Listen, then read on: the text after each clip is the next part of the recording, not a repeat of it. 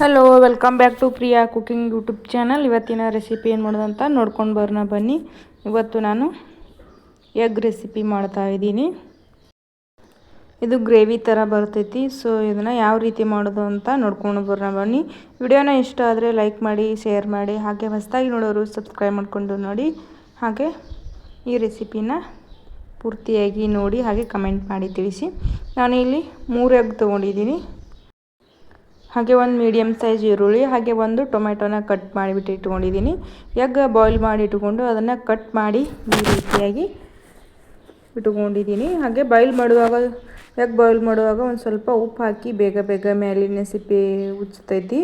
So ಯಾವುದೇ egg damage ಥರ ಆಗಂಗಿಲ್ಲ. ಈ ರೀತಿಯಾಗಿ ನೀವು ಯಾವ ಸೈಜ್ ಬೇಕು, ಇಲ್ಲ ಅಂದರೆ ಎಗ್ಗಿಗೆ ಸ್ವಲ್ಪನೇ ನೀವು ಮಾರ್ಕ್ ಮಾಡಿ, ಅಂದರೆ ಚಾಕು ಸ್ವಲ್ಪನೇ ಕಟ್ ಮಾಡಿ ಹಾಕೋಬೋದು. ನಾವು ಈ ರೀತಿಯಾಗಿ ಮಾಡಿದ್ರೆ ಟೇಸ್ಟ್ ಬರ್ತದೆ ಅಂತ ಸಪ್ರೇಟಾಗಿ ಕಟ್ ಮಾಡಿದೆ. ಈ ರೀತಿಯಾಗಿ ಮಾಡಿ ನೀವು ಈ ರೆಸಿಪಿ ಯಾವ ರೀತಿ ಬಂದಿದೆ ಅಂತ ಕಮೆಂಟ್ ಮಾಡಿ. ಹಾಗೆ ನಾನು ಇಲ್ಲಿ 1-2 ಸ್ಪೂನ್ ಎಣ್ಣೆ ಹಾಕ್ಕೊಂಡಿದ್ದೀನಿ. ಅದಕ್ಕೆ ಸ್ವಲ್ಪ ಜೀರಿಗೆ ಹಾಕ್ಕೊಂಡಿದ್ದೀನಿ. ಹಾಗೆ ಒಂದು 8ರಿಂದ 10 ಬೆಳ್ಳುಳ್ಳಿನ ಜಜ್ಜಿಬಿಟ್ಟು ಹಾಕ್ಕೊಂಡಿದ್ದೀನಿ. ಈ ಥರ ನೀವು ಈರುಳ್ಳಿನ ಕಟ್ ಮಾಡ್ಕೋಬೋದು. ಇದಕ್ಕಿಂತ ಚಿಕ್ಕದಾಗಿನೂ ಕಟ್ ಮಾಡ್ಕೋಬೋದು. ನಿಮಗೆ ಯಾವ ರೀತಿ ಬೇಕಲ್ಲ ಆ ರೀತಿ ಕಟ್ ಮಾಡ್ಕೊಳ್ಳಿ. ನಾನು ಮೀಡಿಯಮ್ ಸೈಜ್ ಈರುಳ್ಳಿನ ತೊಗೊಂಡಿದ್ದೀನಿ ಅಂತ ಹೇಳಿದ್ನಲ್ಲ, ಅದನ್ನು ಇವಾಗ ಹಾಕ್ಕೊಂಡು ಫ್ರೈ ಮಾಡ್ಕೊತಾ ಇದ್ದೀನಿ.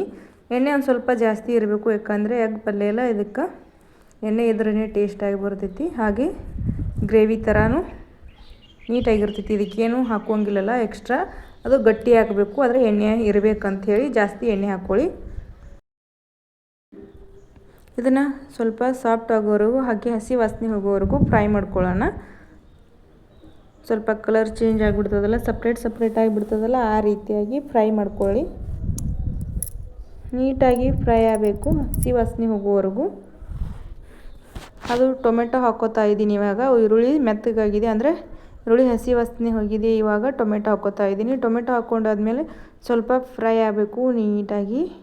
ಟೊಮೆಟೊನು ಮೆತ್ತಗಾಗಬೇಕು, ಆ ರೀತಿಯಾಗಿ ಫ್ರೈ ಮಾಡ್ಕೊಳ್ಳಿ.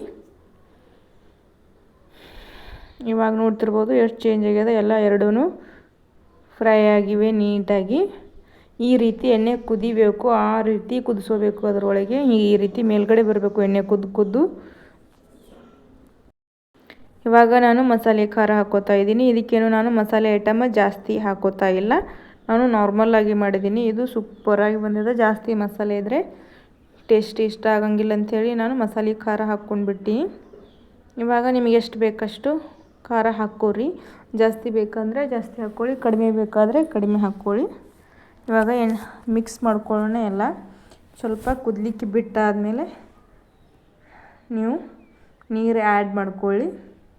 ಇವಾಗ ಖಾರ ಹಾಕಿದ್ದೀವಲ್ಲ, ಅದು ಒಂದು ಸ್ವಲ್ಪ ಫ್ರೈ ಮಾಡಾದ್ಮೇಲೆ ನೀರು ಹಾಕ್ಕೋತಾ ಇದ್ದೀನಿ.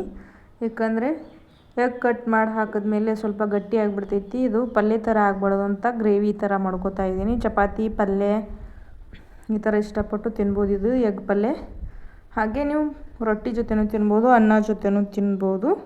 ಈ ರೀತಿಯಾಗಿ ನೀರು ಹಾಕಿದ್ಮೇಲೆ ಸ್ವಲ್ಪ ಕುದಿ ಬರಬೇಕು.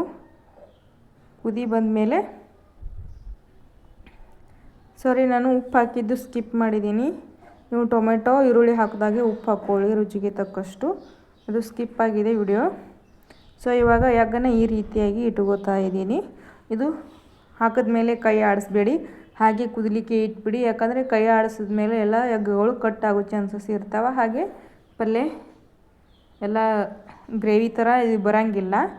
ಅದಕ್ಕೆ ಈ ರೀತಿಯಾಗಿ ಇಟ್ಕೊಂಡು ಇದಕ್ಕೇನು ಕೈ ಆಡಿಸ್ಬೇಡಿ, ಮಿಕ್ಸ್ ಮಾಡ್ಕೋಬೇಡಿ, ಹಾಗೆ ಇಟ್ಬಿಡಿ ಒಂದು 2ರಿಂದ 3 ನಿಮಿಷ. ಅದಾದಮೇಲೆ ನೀವು ಪ್ಲೇಟಿಗೆ ಹಾಕುವಾಗ ಮಿಕ್ಸ್ ಮಾಡಿಕೊಂಡ್ರೆ ನಡಿತೈತಿ. ಇಲ್ಲಾಂದರೆ ಈ ರೀತಿ ಒಂದು ಸ್ವಲ್ಪ ಹಿಂಗೆ ಈ ರೀತಿಯಾಗಿ ಮಾಡಿಕೊಂಡ್ರೆ ಮಿಕ್ಸ್ ಆಗಿಬಿಡ್ತೈತಿ. ಈ ರೀತಿ ಮಾಡ್ಕೊಳ್ಳಿ ನೀವು. ಇಲ್ಲಾಂದರೆ ಇನ್ನೊಂದು ಸ್ವಲ್ಪ ಗ್ರೇವಿ ಬೇಕಂದ್ರೆ ಸ್ವಲ್ಪ ನೀರು ಆ್ಯಡ್ ಮಾಡ್ಕೊಳ್ಳಿ. ನಾನು ಸ್ವಲ್ಪ ಗಟ್ಟಿಯಾಗಿರೋದ್ರಿಂದ ಸ್ವಲ್ಪನೇ ನೀರು ಆ್ಯಡ್ ಮಾಡ್ಕೊಂಡಿನಿ. ಹಾಗೆ ಸ್ವಲ್ಪ ಕುದಿಲಿಕ್ಕೆ ಬಿಡಬೇಕು, ಚೆನ್ನಾಗಿ ಕುದಿಬೇಕು ಇದು, ಅಂದರೆ ಟೇಸ್ಟ್ ಬರ್ತೈತಿ. ಲಾಸ್ಟಲ್ಲಿ ಕೊತ್ತಂಬರಿ ಸೊಪ್ಪು ಹಾಕ್ಕೊಳ್ಳಿ. ಈ ರೀತಿಯಾಗಿ ಮಾಡಿಕೊಂಡು ತಿನ್ಬೋದು.